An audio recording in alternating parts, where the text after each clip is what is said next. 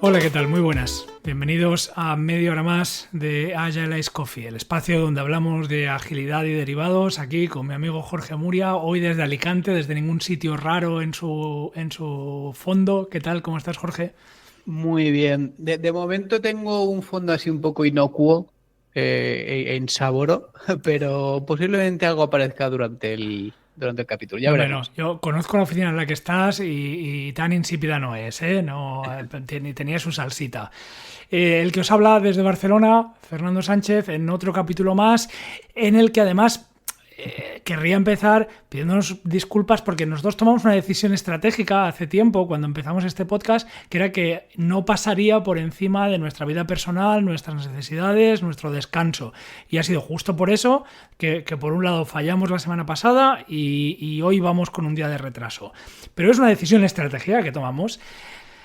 Me ha venido justo porque de eso va el capítulo de hoy. No, nuestros queridos y queridas seguidoras de Discord de nuestra comunidad, esta semana hemos hecho una mezcla ahí entre nuestra web con el backlog, preguntarles en Discord a ver cómo funcionaba mejor.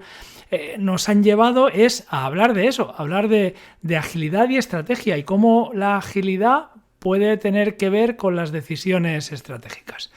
De esto hablaremos en los siguientes 28 minutos y medio que nos quedan. Pero agilidad en decisiones estratégicas es algo que, Jorge, ¿cómo lo enlazas con el manifiesto ágil? A ver, para mí las decisiones estratégicas yo creo que es el top level del plan, ¿no? Más arriba de la estrategia yo creo que no existe nada. Ya estás haciendo el capítulo, no diciéndome cómo lo enlazas con el manifiesto. Y, a ver, para mí es el plan más alto nivel. Y obviamente el cuarto valor de respuesta ante el cambio sobre seguir un plan, pensando en la estrategia como un plan, yo creo que es el que más encaja de todo el manifiesto.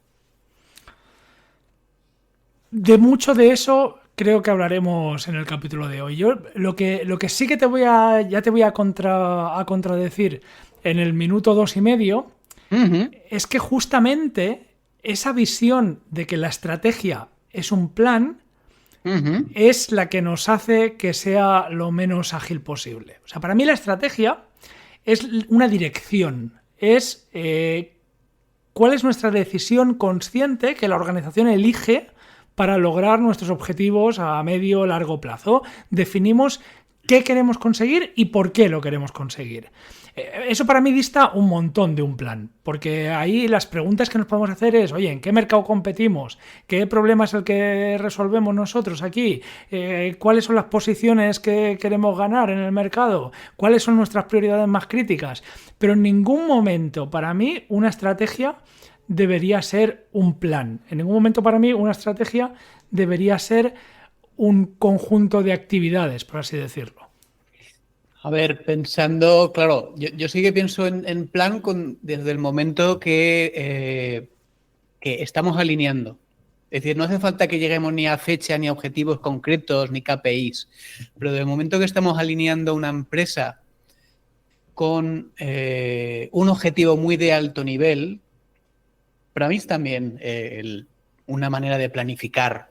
Ya sea la dirección, ya sea el mercado al cual nos queremos enfocar, pero de alguna manera estamos alineando y para mí planificar es también parte de ese alineamiento. Es que yo creo que eso es la siguiente capa, que es la táctica, es el escenario táctico, que es, pues eso, qué iniciativas vamos a poner en marcha para conseguir lo que queríamos conseguir, cómo asignamos a las personas nuestros recursos, de lo que disponemos para conseguir eso, qué experimentos llevamos a cabo, qué apuestas hacemos para conseguirlo, qué secuencia, en qué orden de pasos vamos a intentar hacer las cosas. Para mí eso es la táctica, no la estrategia. Para mí la estrategia debería quedarse en dirección, objetivos, en qué queremos conseguir y por qué queremos conseguirlo.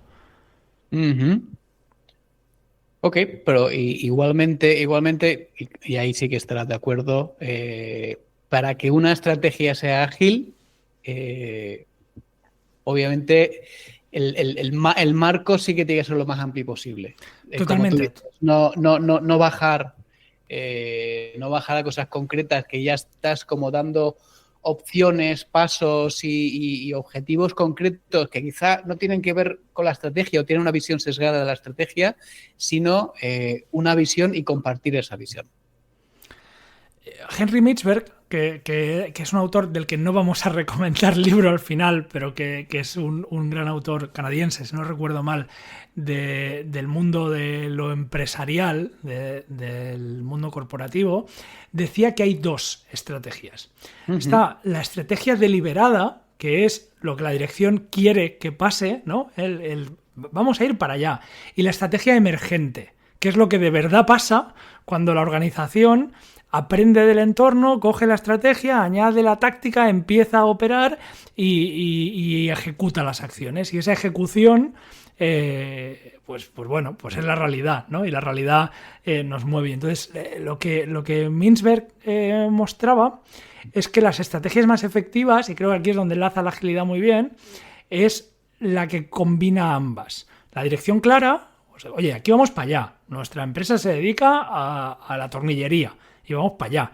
Más la adaptación continua, porque el entorno cambia, porque en la ejecución aprendemos cosas. Esas tres capas que hablaba yo de estrategia, táctica y operación empiezan a pasarse feedback y podemos modularlo sin dejar de ser el mayor fabricante de tornillería del mundo. Uh-huh.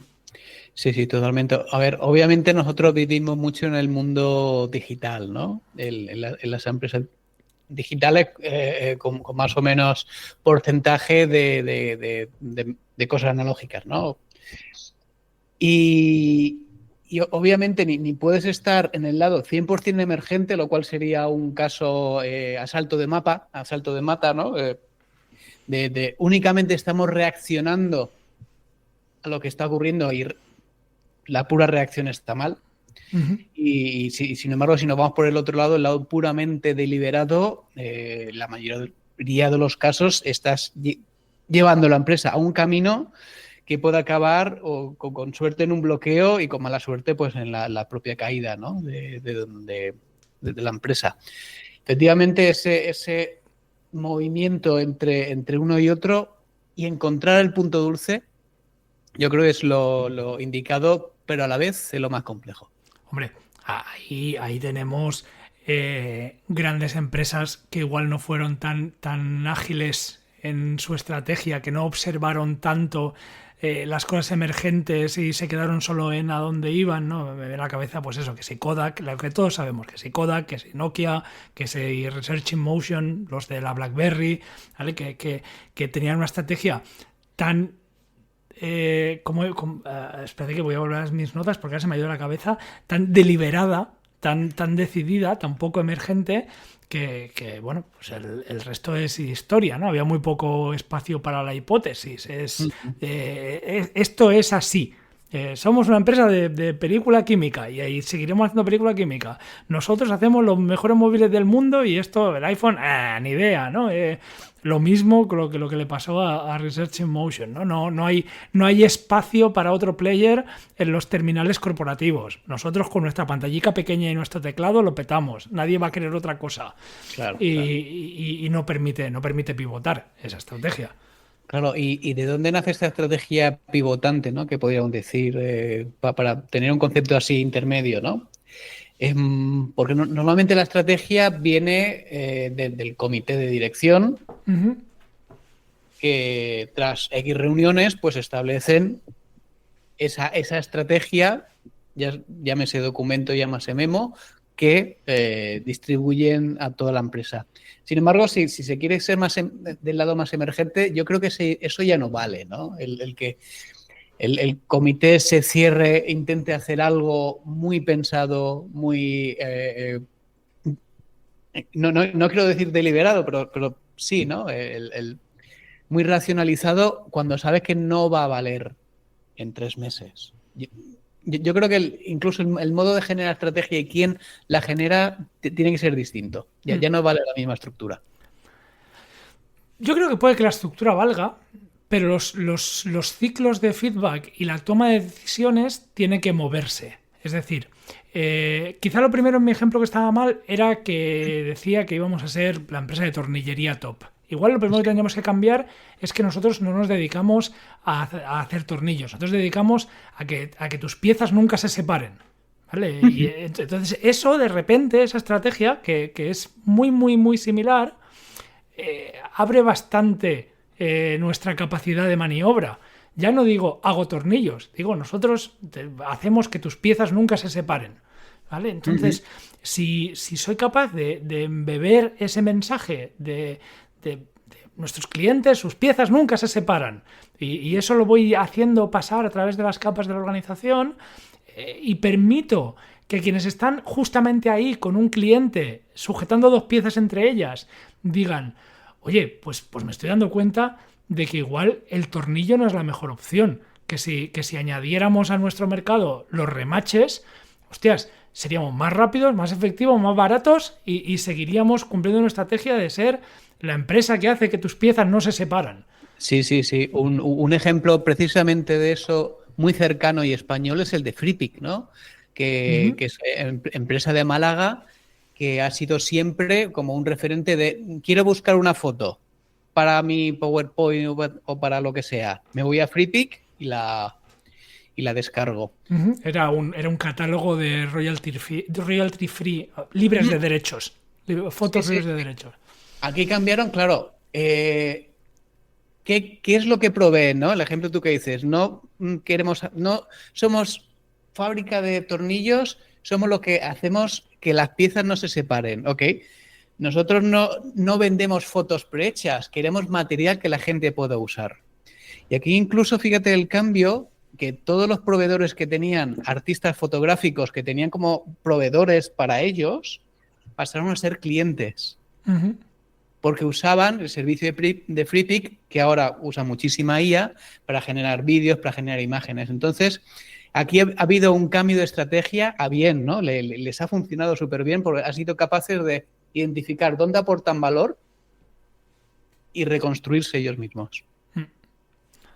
Fíjate que cuando se hacen este tipo de cosas, esto lo explica muy bien una cosa de Amazon, pero luego llego a Amazon, ¿vale? Tomamos la estrategia como algo rígido, ¿no? Empezábamos nuestra discusión hace 10 minutos comparándola con un plan y yo decía que sí, a mí no me molaba lo de plan y a partir de ahí hemos ido hilando. La mayoría de decisiones que luego tomamos en el día a día, la mayoría de decisiones que toda la organización, y ya me estoy refiriendo a todos los equipos, toman en el día a día, primero, no tienen el mismo peso y segundo, muchas de ellas son reversibles.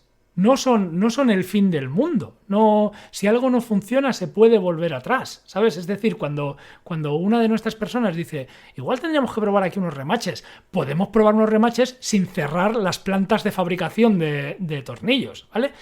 Sin embargo, lo interesante es que aun siendo reversibles, lo tratamos como si fueran puntos críticos y empezamos a escalarlo, a pedir permisos, a informes, a revisiones y lo que hacemos es perder velocidad.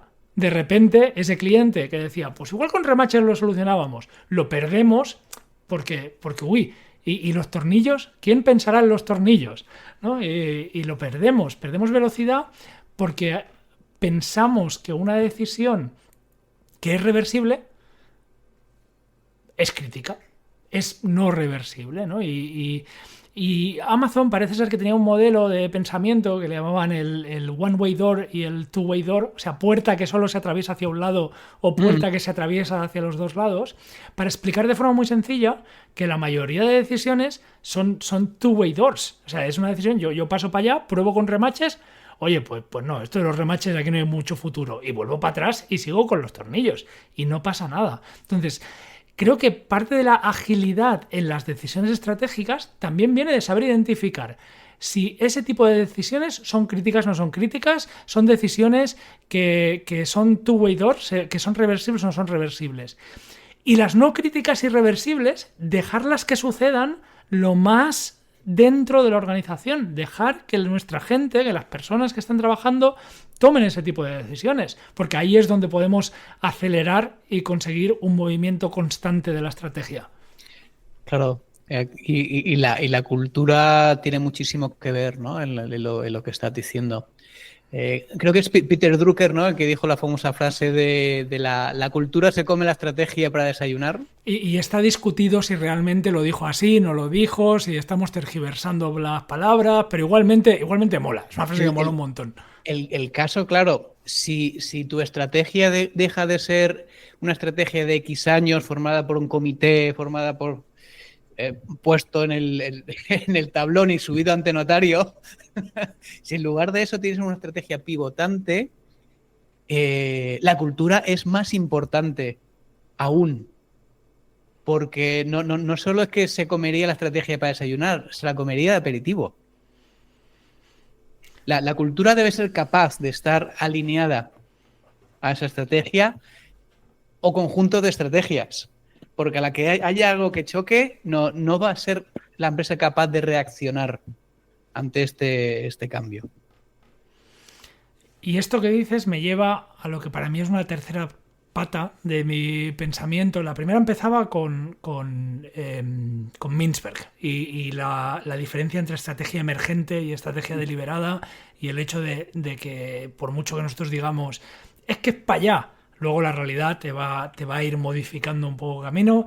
El conocimiento este de Amazon de las puertas de decisión, de saber si esto es crítico o no es crítico, si es reversible o si no es reversible y moverlo, esas decisiones lo más abajo. Mm. Y lo último es un tema que es el contexto sobre el control. Es decir, me explico. Para que la estrategia de verdad funcione y sea una estrategia que tenga agilidad en las decisiones estratégicas, esta estrategia, y lo uno con mis primeras palabras en el capítulo, no ha de ser una estrategia que genere una pauta de qué acciones vamos a tomar, que controle la ejecución. La estrategia ha de proveer contexto, ha de definir qué es lo importante, cuál es el objetivo que perseguimos, qué riesgos existen, cuáles son los datos que manejamos para tomar según qué decisiones, pero no ha de decir cómo hacer las cosas. Ese cómo tiene que quedar en manos del equipo. Porque si la estrategia ya incluye el cómo vamos a hacer las cosas, ahí sí que ya no vamos a pivotar de ninguna de las maneras. Entonces, estrategia emergente, decisiones o conocer qué tipo de decisiones tomamos y un contexto compartido, para mí creo que es la base de una estrategia realmente ágil, si es que eso existiera. Hay una Sí, sí. estrategia que no se queda en el Power, tú decías, ¿no? En el PowerPoint, ¿no? El Consejo de Sabios lo han decidido, en la Torre de Marfil han Mm. puesto en este PowerPoint que vamos a ser los mucho más mejores y entonces pasamos el PowerPoint a las 15.000 personas diciendo vamos a ser los mucho más mejores y ya está, ¿no? Y es algo que se vive, que se respira, que cambia, ¿no? Entonces dices, hostia, ¿remaches sí o no? ¿Remaches? ¿Es reversible? Sí. ¿Es lo que necesita el cliente? Sí. En el contexto de ser aquella empresa que mantiene tus piezas juntas en caja, hostia, sí, pues venga, pues remaches, ¿sabes? Y de repente funciona. Sí, aquí normalmente lo que suele fallar, igual que a todos los niveles, ¿no? Es la capacidad de ser humilde, lo voy a decir así, y de que el tener la conciencia de que nos vamos a equivocar. Porque la estrategia suele hacerse por la cúpula, lo cual es esa habilidad de decir me he equivocado o los datos que teníamos no eran los válidos o las asunciones que tomamos no eran las correctas, se ve muy poco. Y esto es un problema de la agilidad de las compañías o de nuevo de personitas y sus emociones y sus relaciones. Y no sé tu experiencia, Fernando, pero yo las empresas que tengo así más o menos que conozco, suele cambiar con más frecuencia el CEO que la propia estrategia. Puede pasar, puede pasar, no Precisamente te lo voy a negar. claro, porque se toma como que yo he hecho esto y como me he equivocado, me echan. Entonces, obviamente la capacidad de decir, ahora pienso esto, pero es que en 3 meses voy a pensar otra cosa. Y es que no me haya equivocado, es que es lo normal. ¿Qué te voy a decir yo? Pues porque sí, porque claro, que así es como debería de ser. Luego la realidad, pues ahí está la realidad, ¿no? Yo igual hubiera preferido, si hubiera sido el CEO de Nokia hace 20 años, igual hubiera preferido que me despidieran porque de repente dijera, no, nosotros también vamos a movernos al reto de las pantallas planas sin teclado y tal cual, y a ver qué pasa, porque me parece que esto es demasiado innovador y estamos llegando tarde. Hubiera preferido que me hubieran echado por eso, que no, que el mercado pues nos hubiera dicho, ya no quiero vuestros teléfonos, ¿no? Claro. O el de Kodak, que me hubiera arriesgado a decir, no somos una empresa de película química, somos una empresa para guardar tus recuerdos, para darte el soporte para que guardes tus recuerdos. Y si ahora los recuerdos pues van a ser digitales, pues venga, vamos a asumir un poco el riesgo. Y podrían haberlo probado sin cerrar plantas de película química. Pero bueno, llegaron tarde y de hecho Kodak hizo cámaras digitales después e hizo sensores después. No se arriesgó a decir voy a liderar ese cambio. Sí, sí. Aquí un ejemplo distinto es el de Netflix, ¿no? Que empezó como empresa que enviaba DVDs de películas. Después pasó a ser un servicio de streaming y ahora es incluso una productora, ¿no? Tenemos un caso en que Lo hemos nombrado ya en algún capítulo, sí. teniendo claro, yo creo que sería más la visión, ¿no? O la misión de la empresa, teniéndola clara y usándolo como estrella polar, estrella del norte. Luego la estrategia, obviamente, es algo que se puede ir cambiando fácilmente, ¿no? Y las empresas, aun teniendo el sesgo de superviviente, ¿no? De que hay muchas que lo han conseguido y que las conocemos y lo han hecho así, realmente creemos que es la forma. El ir analizando el mercado, tener datos, ver qué ocurre y a partir de ahí pivotar la experiencia, igual que pivotamos una iniciativa, una historia de usuario o cualquier cosa que tengamos en mente. Todo se ha dicho. Pues ya sabes que a mí me gusta también bajar de pies a tierra. Esto es muy bonito, explicado así, y es la forma en la que nos gustaría que funcionaran las cosas, pero luego Netflixes, Amazons y este tipo de grandes gente que ha hecho cosas muy raras y muy diferentes y han pivotado y se han hecho todos muy ricos y ha molado que te cagas, hay muy poquitos. Y la gran mayoría de empresas, la gran mayoría del tejido empresarial, o no les va bien o no pueden hacerlo, ¿vale? Dile a Charcutería Manoli que ha de pivotar de ser una charcutería a ser, no sé. Rodilla empezó vendiendo companaje. Vendiendo companaje, y como estaba al lado de la universidad, pues obviamente él empezó a hacer sándwich. Es decir, no hace falta ir a grandes tecnológicas. Historias de éxito, tú hablabas del sesgo del superviviente. Historias de éxito vamos a encontrar un montón. También hay muchas historias de fracaso.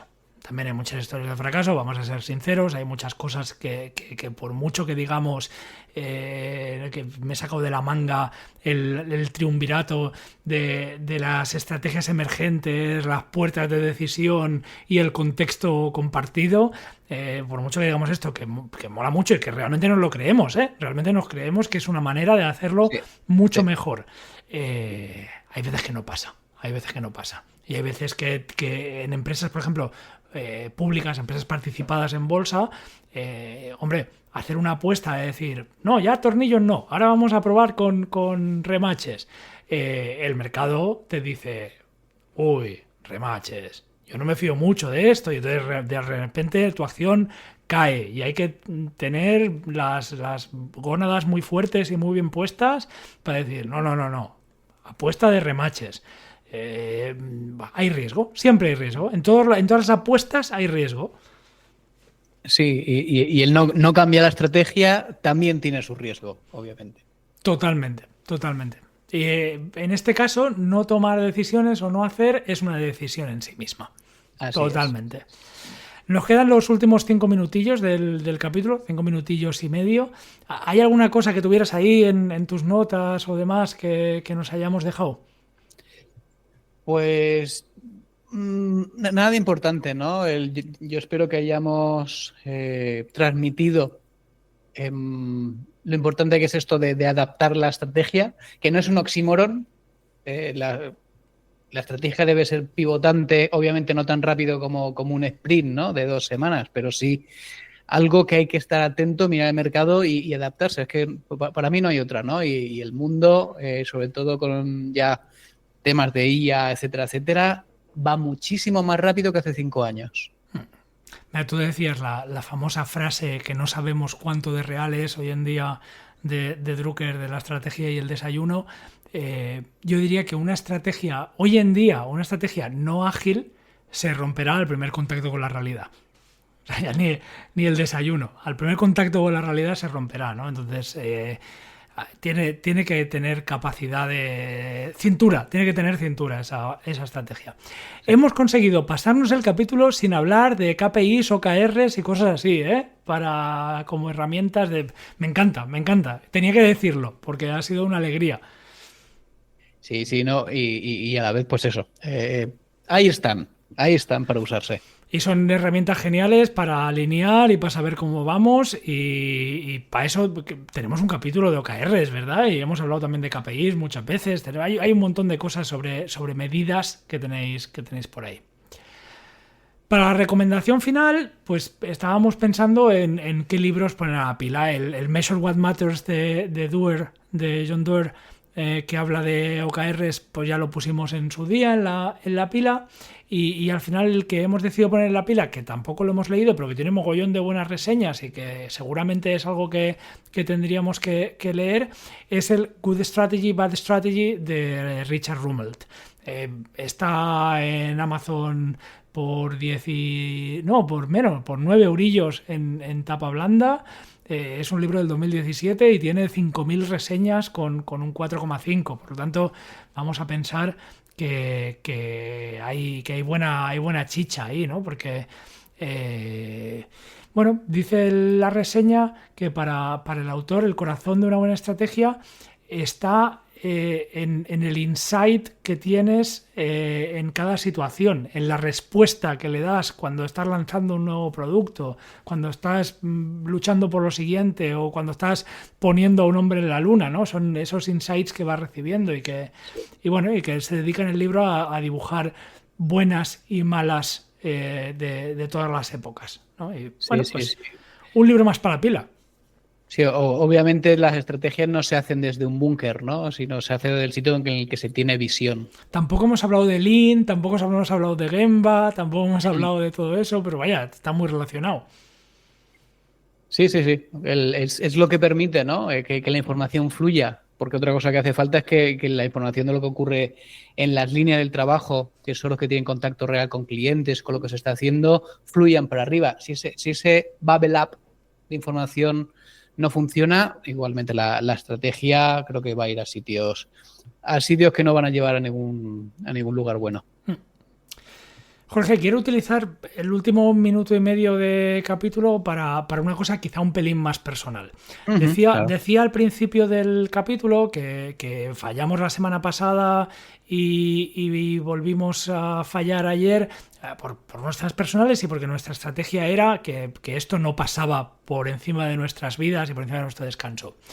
Quiero agradecer que hay varias personas de la comunidad que han demostrado su cariño hacia nosotros, ya sea más en público, en Discord, ya sea en privado, alguno de nosotros preocupándose, porque nosotros dejamos una notita de oye chicos que no vamos a poder porque tenemos un asunto entre medias y tal, tampoco bastante impersonal, sin querer preocupar a nadie, pero habéis venido a darnos cariño y pues eso nos llena el corazón cantidad y no podríamos estar más agradecidos, ¿no? Que nos dediquemos aquí media hora a soltar nuestras opiniones y que lo que recibamos a cambio sea puro amor. Es que ¿qué más podríamos pedir? ¿Dinero? Sí, podríamos pedir dinero, pero el amor mola más. Sí, no. Y además una cosa que digo mucho, podemos tener pasión por nuestro trabajo, que es lo que más nos llena, pero la vida real es lo que ocurre cuando cierras el portátil. Totalmente. Entonces, desde aquí, lo digo en plural, te extiendo, pero vaya, nuestro más sincero agradecimiento. Sois la polla, perdón por el taco, y es un honor que decidáis escucharnos. No puedo decirlo de otra manera. Totalmente, sí, Fernando. Ya paro. Jorge, muchísimas gracias por media hora más de Allá Vais Coffee. Gracias a ti por tus palabras también. Y pues eso, haceos del Discord, que ya veis qué buena gente que hay por ahí, que es una pasada. Y en cualquier caso, salvo que pasara algo, que sabemos que no va a pasar nada, nos escucharemos la semana que viene. Adiós.